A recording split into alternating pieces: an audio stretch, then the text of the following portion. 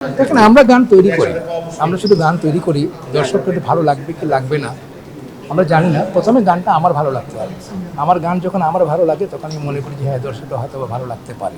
আর সেটা লাখ লাখ শুক্র দর্শকদের কাছে যে আমার গান পছন্দ করে। আলহামদুলিল্লাহ নতুনরা অনেক ট্যালেন্টেড আমার কাছে। প্রায় আমি তো নতুন ছেলেদেরকে সবসময় ডাকি, বিশেষ করে যারা মিউজিক ডাইরেক্টর তাদেরকে আমি প্রমোট করতে পছন্দ করি, নট সিঙ্গার্স আছে আমাদের এখানে।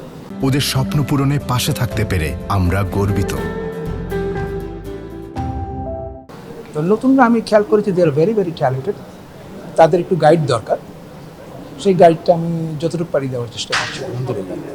এখন তো গান শোনা হয় না আমার, ইয়াং জেনারেশনটা কী করছে খুব ভালো করে বলতে পারবো না, তবে খুব ভালো কিছু হলে কানে নিশ্চয়ই আসতো। দেখেন একটা গান করা, আমি গান করবো কেন বা আমি গান লিখবো কেন, প্রথম কথা হলো কেন লিখবো। আমরা এখনও গান শখের বসে লিখি, হ্যাঁ শখের বসেই করছি গানগুলি, ঠিক আছে। এখন আপনার উদিত নারায়ণের কথা বলেছেন, ঠিক আছে ভালো কথা, ওরা অনেক বয়সে গান গায়, তাদেরকে প্রমোশন করার মতো লোক আছে, কোম্পানিজ আছে। একটা এই যে একটা অনুষ্ঠান করছেন উনি আজকে যে নাকি ভাই, এটার খরচ কত, ভেরি এক্সপেন্সিভ। আজকে যদি স্পন্সার উনি না পাই থেকে, স্পন্সার যদি এগিয়ে না আসতো হয়তো ওনার দ্বারা এটা করা সম্ভব হতো না।